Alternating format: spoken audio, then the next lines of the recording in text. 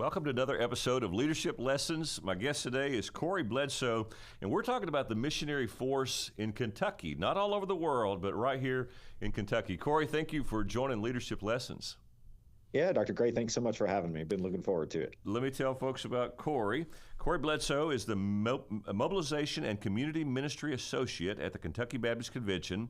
Prior to joining the KBC in 2024, Cory served for over 9 years as the Executive Director of Recenter Ministries.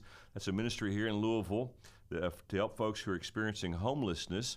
Cory holds degrees from the University of West Georgia, Spalding University, Southern Seminary, and Oakland City University. He and his wife, Sarah, and their 3 children are members of Sojourn Midtown in the Shelby Park neighborhood of Louisville. Cory, thanks again for joining, and let's just jump right in with these questions. So many of our folks know you and know you well, but some may not. So tell us about the context of your ministry leadership. Exactly what do you do? Yeah, so I work primarily in really 2 different spaces. First space I would say would be our Kentucky Mission Service Corps missionaries. These are men and women who are scattered really all over the state that are stepping into, whether it's through nonprofits, through arms of the local church, or whatever realm in which they can, really stepping into ministry spaces right there in their own community. This could be pregnancy resource centers. This could be, as we mentioned, recenter ministries. This could be homeless shelters. This could be community kitchens or clothing closets or student ministries, sports ministries, all these different types of things. And so I work primarily with them to bring support in whatever ways that they need. But then I also work with our churches and our associational mission strategists on what does it look like to be on mission right there in your own community, what your own Jerusalem. How do we go on mission, spread the gospel, fulfill the Great Commission right there in our own backyard? Cory, it's an exciting role that you have, and I appreciate you kind of explaining the 2 parts of it. You're serving missionaries who are sent by Kentucky Baptist churches, right, serving in some way in the state, and then you're also serving churches to help them connect with their community through mission. You'll appreciate this. I spoke to a pastor this week. He's just getting started in a very traditional church, and he's trying to help them engage their community, the very kind of things that you're talking about, and they've seen really incredible response initially as they've just started doing some of the things that you do. What are some services that you provide for missionaries? Like, what are some ways that you help these Kentucky Baptist missionaries?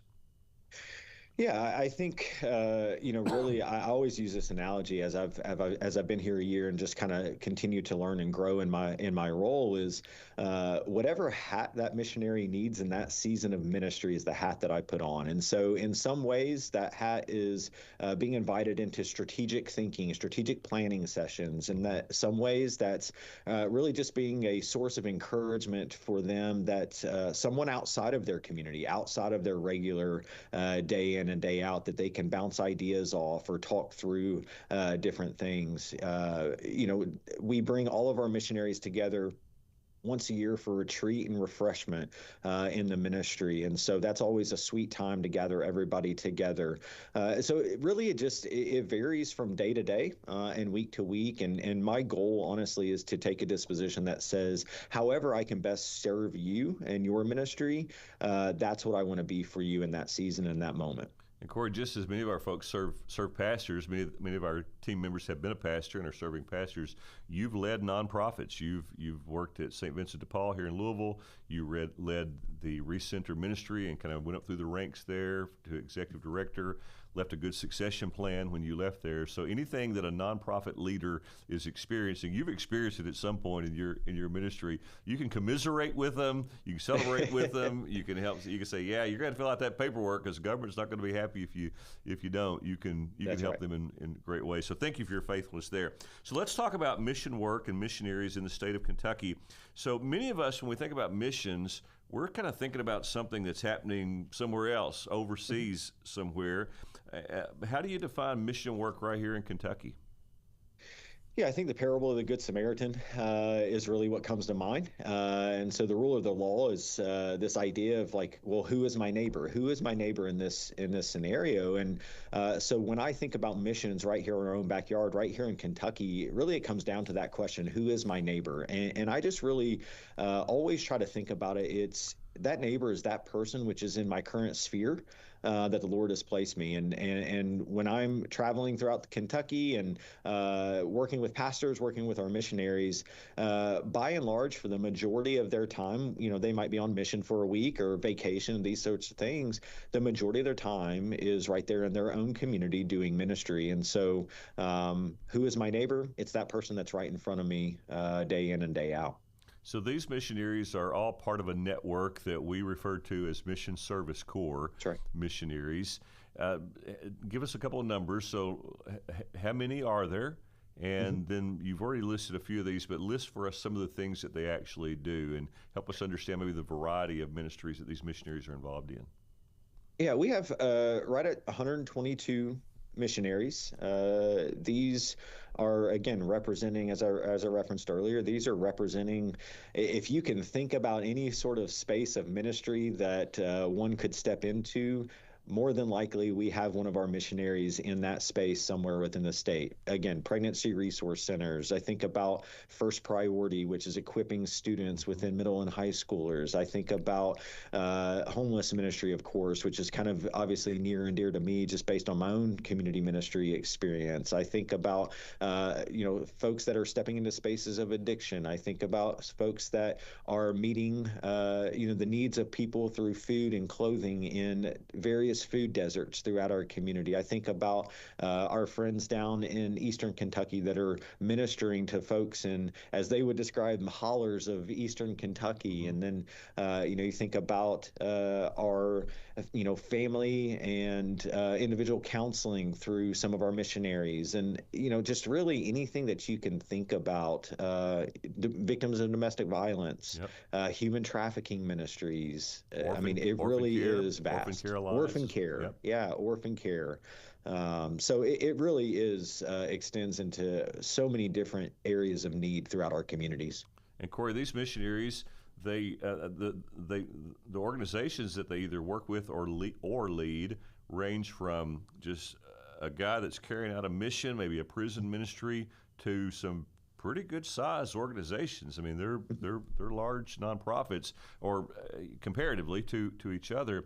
Help us with this. So these are not just rogue men and women kind of out doing their own thing willy-nilly. They're all connected to a local church, right? They're all sent by a Kentucky Baptist church. Help us understand a little bit of that relationship of the missionary and their mission to local KBC churches. Yeah, I think it's rooted in one of the first things we ask, really, when someone is a prospective MSC missionary. So our MSC missionaries are also recruiters, and we also have, kind of following the same model that we do as a KBC staff. We have regional consultants that represent MSC throughout our state. There are 6 of those regions. We follow that same model, and so those folks who serve in those capacities are recruiters. And one of the first questions we ask is, of which church are you involved? In which church are you engaged in which church are you a member of? And making sure that this is a Kentucky Baptist that is wholeheartedly committed to the local body, and the local body is also affirming their work in the ministry in their community. Yeah, it's so important just for, any number of reasons, but for us primarily, we're by churches, for churches, to help churches, right. And so this is another way that we can serve Kentucky Baptist churches. And Cory, just a note of appreciation. You're doing incredible work. I see you all over the state. I know you're taking time for your family. You're smart with your priorities, but you're really serving a need for us. So thank you for serving churches this way. Cory, what are some of the biggest spiritual and physical needs that you're seeing in communities across the state, and maybe a couple of ways some of these missionaries are stepping into those needs? Yeah, that's kind of a loaded question, just in a lot of ways. I think when it comes to physical needs, it's actually incredible and a little shocking at times. Mm-hmm. Even in my own experience, as I interact with folks around the state, and folks ask me about our communities, and I share experiences that I've personally had in my own ministry, but also hear from our missionaries and things that they experience. In that is, there's just real brokenness in our communities. I mentioned food deserts earlier. We wouldn't think about a food desert existing in our community, but they do. Access to food, access to clothing. You're talking about family dynamics. You're talking about addiction. You're talking about, severe, I mean, things that I've seen, and I know some of our missionaries see severe and persistent mental illness being prevalent. Lack of familial supports. I mean, our missionaries, I just can't, I mean, really, I just can't commend them enough for what they're stepping into. And they're doing it in the power of the gospel, by the power of the Holy Spirit to be witnesses, to bear the name of Christ. But they're stepping into some hard, difficult spaces to bring the light of and the glory of Christ. And I'm just so humbled by even the opportunity to be able to work for them and with them and to serve them. It's really amazing some of the things that they do, and they're not going in place of the local church. They're part of a local church going into this work.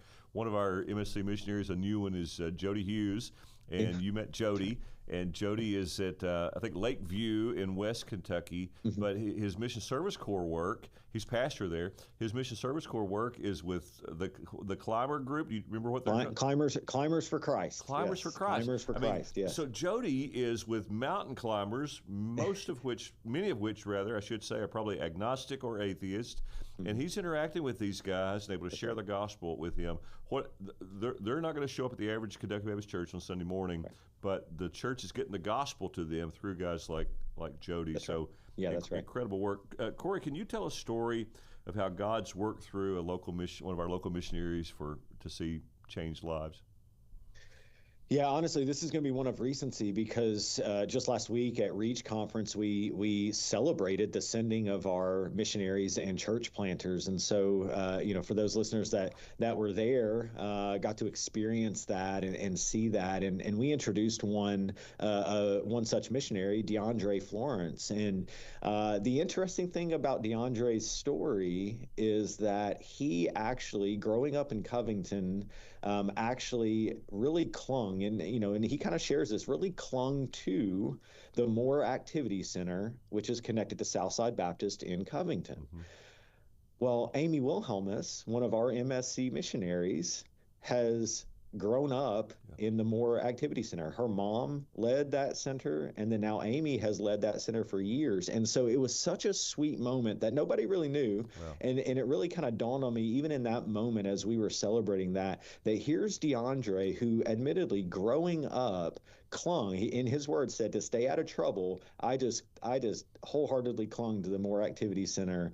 And folks, our missionaries invested in his life, and here we are celebrating him jumping into missions, and he's trying to develop this sports ministry out of Grants Lick Baptist Church and really scale it to reach kids and to really build a firm foundation in the gospel through sports and activities, so that he can empower those kids, so that he can share the love of Christ, so that those kids can experience the same transformation that he experienced.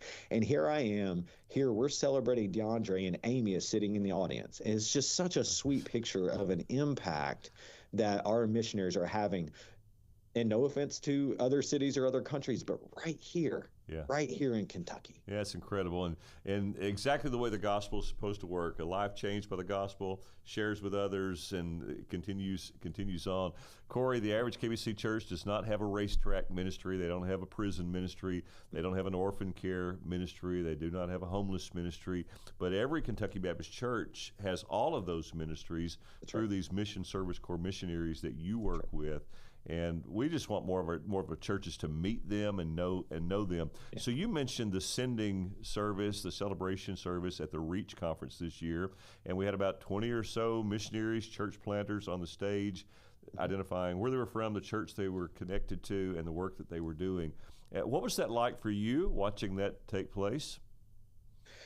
Yeah, I mean, I think just sharing even DeAndre's story, kind of, I think you can maybe tell that it was it was a special moment. It's a special moment to think about churches being planted in Kentucky. I mean, I think about Andrew Eaton and our evangelism team and the great work that they're doing, and just being able to collaborate together, work alongside them, and we're co-laborers in this. This is not missions mobilization team and evangelism team. This is one, KBC family, and so just watching that combination happen was very joyful for me. But also just knowing each one of those missionaries and knowing their stories and knowing the spaces in which they serve and knowing who they're joining as MSC missionaries. I mean, just to be able to kind of take a step back and reflect on that. And I think, after they, introduce themselves, their connectivity to the church, when I was kind of closing up that time, that's why I really wanted to just say, I mean, we just need to be encouraged tonight. We need to be encouraged by the cooperative work of Kentucky Baptists to celebrate these churches being planted and these men and women going out on mission right here in Kentucky for the sake of the gospel. And Cory, you and I are missionaries of those same churches, those 2,300 plus churches that make up the KBC that support our work. We're not doing that work for them. We are an extension of their ministry. Our mission is by churches for churches to help churches. So we're able to help churches mobilize these missionaries, encourage them in their work, equip and train them, help them be resourced and work through some of the challenges that they face. There's no single church that could work with all these 122 missionaries, but they're all doing it together through their mission board staff. It's a real honor, I know, for you to be part of that. Cory, our work is funded through the cooperative program. You talk about that everywhere you go and say thank you. So what would you say to churches about their cooperative program investment, maybe their return on investment through your ministry, or anything you'd like to say about that? Yeah, I mean, I think you've said it best. Where the reality is not one single church could really have a touch point in every aspect of ministry in which our MSC missionaries represent. And so when I think about cooperation, and when I talk to churches and I talk to pastors and church leaders, and we talk about the cooperative program, we talk about the work of the cooperative program, it truly is this idea that when we come together, we can transform communities. Yeah. And cooperative program is about being on mission together for the sake of men, women, and children experiencing love of Christ and repenting and trusting in him. And these missionaries are an extension of that effort that created by churches for churches to help churches reach Kentucky and the world for Christ. And our missionaries are an extension of the local church into some of these spaces where local churches are making these realities possible because we're coming together through our cooperation. Yeah, I mean, we can do big things together when we work together. So, Cory, we referenced the sending gathering, the commissioning service at the REACH conference, and all of these missionaries and church planters, they were referred to. I heard you, Andrew, use the language of sent ones, meaning they were sent by a local church into their ministry. How could a local church, a pastor, what could they do to start creating a culture of sending out people, even their very best people, into the mission field? What can a church do in that area? Yeah, I think the first thing church leaders should do is pray. To be honest with you, I think one is pray. Pray that the Lord would give wisdom and discernment and opportunity, and would bring to life that culture within the church and pathways there. I think secondly is there's a matter of equipping. So Ephesians 4 is equipping the saints for the work of ministry. And so I think there's an element where folks maybe may have the desire, but a spirit of timidness, I guess, or fear that of the what's and the hows and the wheres and all of those sorts of things. So I think there's an equipping element to it. And then I think it's leaning into opportunity, leaning into relationships, leaning into those spaces which really the Lord has given burden to people. And you start to evaluate and assess your congregation, and you say, okay, my congregation is filled with these different skill sets and these different desires. Mm-hmm. Now, how do we marry that with the mission field? And so we define our neighbor, just like we talked about before. Who is my neighbor? Well, we have this X, Y, and Z defines our neighbor and defines our community. And my congregation, by God's grace, is filled with people who can step into this particular space of that. And let's figure out a strategy by which we can engage. Cory, what would you say? What do folks need to do to maybe start to discover some of the needs in their community? Like, what would you say to a church that are like, man, we don't even really know where to start in serving our community? How could we begin to assess and think about our community? How would you help them? Yeah, I think assess is the right term there. So I would ask a lot of questions. So when I go into a new community and I meet with pastors or missionaries, I ask a lot of questions because I live in one particular community, not all of the communities in Kentucky, of course. And so ask questions of your community. Ask your civic leaders questions. Ask ways in which you can serve. I think about one church, pastor who literally called the civic leaders that community, particularly that community has an annual festival, called civic leaders and said, we just want to serve, and we will pick up trash if that means that it serves you well.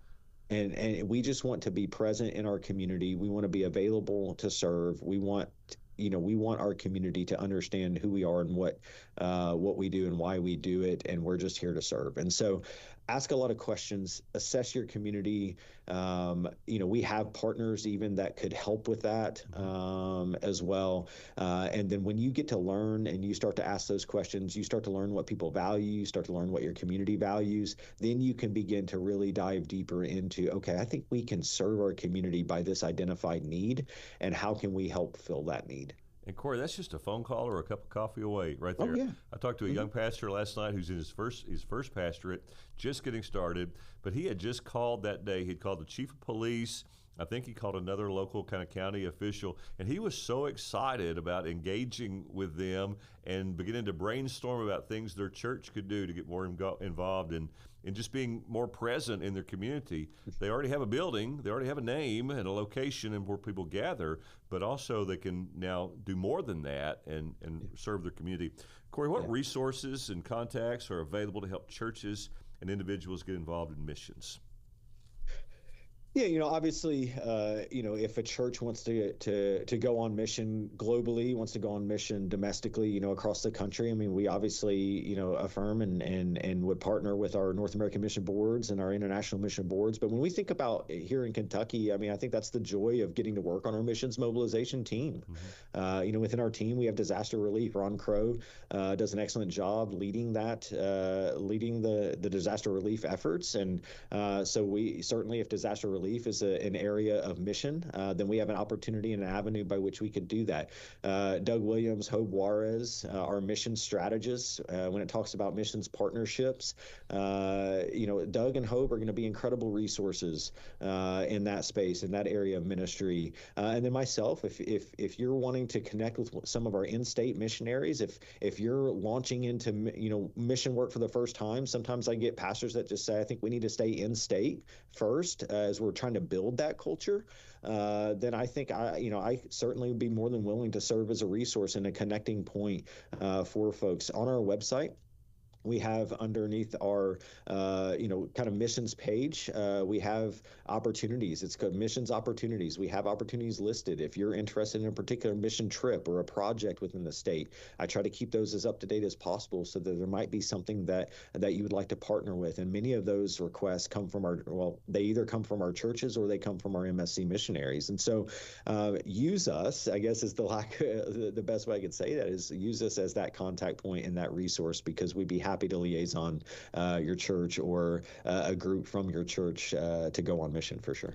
We'll share Cory's contact information in the chat area, but if you reach out to Cory by email, you'll hear something back with him within 24 hours, or probably much sooner than that, and you'll be delighted that you talked to him. He'll help you with your work. Cory, how can our listeners pray for and support the missionary efforts that are happening across Kentucky? Yeah, I mean, I certainly think from prayer standpoint, one of the things that we do have on our Kentucky missions page is what we call our intercede calendar, prayer calendar, and on that calendar, we will see really every day filled with one of our missionaries or church planters, and then within that calendar, you'll also see highlighted those missionaries whose birthday falls on that particular day. And so we always want to keep prayer in front, keep our missionaries in front of our prayer warriors, I should say. And that is one way, certainly, to partner and collaborate with our missionaries.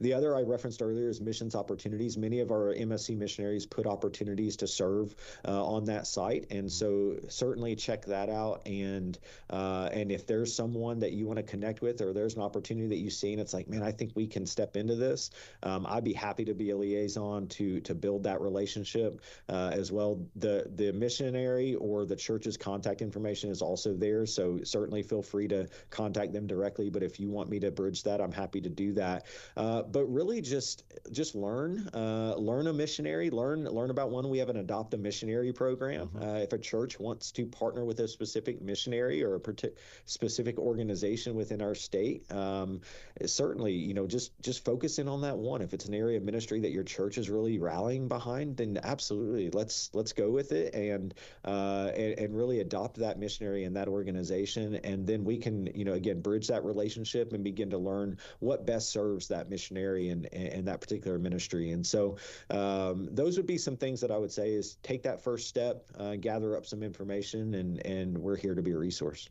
And anyone that wants to be involved, I mean, if a church wants to do orphan care, we have lots of contacts we can connect them with if they're interested in prison ministry or homeless work. That we have lots of folks who could help them to kind of think through what's involved in that, and they should reach out to you for that contact. Cory, let's use the rest of our time to talk about ministry leadership. Who is one of your favorite biblical leaders? Yeah, wow, that's a good question. I mean, there's so many different folks to choose from, and there's some that I would be kind of like, well, this is the easy answer. Yeah, sure.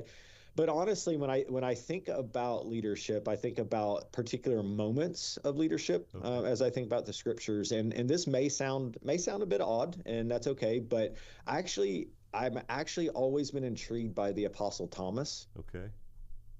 And he doesn't make a lot of doesn't take up a lot of space in the New Testament, so to speak. Yeah. But when he does, it's pretty important moments. It's John 14. How can we know where you're going, and how can we know the way? Yeah, it's John 14 moments, right? That's right. Where Jesus famously declares, "I am the way." He makes important moments, and also he gets the rap of doubting Thomas, right? Yeah. And so as if I might not do the same thing. Okay, so let me pause you. What is it about Thomas that is instructive to you when it comes to leadership? What do you like about him that you want to apply to your own life? He was fiercely committed to his mission. Okay. And we see it in John 11 and the death of Lazarus. So if we look at John 11:16, let us go with him and die with him. Yep. Right. So previously the disciples are saying, hey, why would you want to go back to Judea? They just tried to stone you there. Yeah. Well, let us go with him so that we may die with him. And so he was fiercely committed and willing to make a hard decision, even if it was costly decision. Yeah, that's good. And so I've always just been intrigued by that, because I think leaders are oftentimes put in positions to make hard decisions, and those hard decisions usually cost something, but a leader has to be willing to make it. So, Cory, what I would have thought you would have said on that question is what stood out is that Thomas asked good questions, because you're very good at asking questions. You're always doing that. It's a great leadership trait, not assuming that you know the answer. But I mean, he asked the question that got us to John 14:6. I am the way, the truth, and the life. No man comes to the Father but by me. And man, good leaders do that, and you do that well also. Hey, Cory, hard question. What have you had to learn about yourself so that you could lead more effectively? I have had to learn that ultimately it's not really about me. It's about those that I lead and the mission in which we are entrusted. Yeah, that's good. That's really good. And it's crucial for every leader. You have to figure that out, that it's not about how I feel, not about how I look, not about what folks think of me. I have an audience of one. I hope God's pleased, and then I'm serving the people in front of me. So That's right. Again, you do that well. What is one leadership lesson, a harder question, what is one leadership lesson that you had to learn the hard way? There's a number of things that I think back to in my time, through organizational leadership. But one I would say is be honest early. And I don't mean that from an integrity standpoint. I mean that from an evaluation standpoint. Okay. So if you're assessing, candid, maybe you be candid or with a person. Yeah. I mean more. Yes, I mean certainly that. But I think sometimes as a leader, we're always evaluating something. We're always analyzing something. We're always looking at our teams. We're always looking at our team dynamics. We're always looking at right person, right positions. We're always looking at strategies. So we're thinking about, okay, we're invested here. Do we need to continue to be invested here? All those types of things. And I think I just had to learn through some experiences, some hard experiences, that I need to be honest about the evaluation and the results of those things earlier so that I can make decisions earlier, I guess, in that sense. Do you have an example you can share that wouldn't share anything inappropriate or anything that should be kept private? It's okay if you don't, but I'd love for you to play that out just a little bit further, because I think it's a really, really helpful leadership lesson and instructive. Yeah, we had a growth strategy when I came on at Recenter. There was a growth strategy kind of already in place as I came on in some ways, and I was really charged with executing that strategy, and so we methodically went through that process, and we had some assumptions in it, and I think as we really learned more, got deeper into it, realized that we were running into some roadblocks that maybe were going to be insurmountable in the amount of time that we had and resources that we had to launch. And it really kind of ultimately we got to a point where we had to make and ultimately it's on me, but I had to make a hard decision about restructuring and reorganizing our ministry in order for it to flourish and thrive and not continue to decline. And that's good. That's really helpful, because those are and so that's calls. what I mean by being honest earlier. I wish I were honest earlier in that reality, and I might have been able to curb some of the things that I ended up having to do in order to correct. All right, last question. If you could give a piece of advice to younger leaders, you are a younger leader, but there are those that are younger than you and just getting started in their 20s and early 30s. If you could give a piece of advice to them, what would it be, Cory? I think what I would say is lean into those who have walked before you. Lean into those leaders who have demonstrated over seasons of competent, quality, Christ exalting leadership, and be willing to learn and grow from them. Yeah. And I think for a young leader, it's very easy to hide behind positional authority or our credentials. And what I mean by that is it's easy to assume that we are leading if we are in the position of leadership, and that's not always the case. Yeah, that's really good, Cory. And learning from other people, you can learn something from everyone.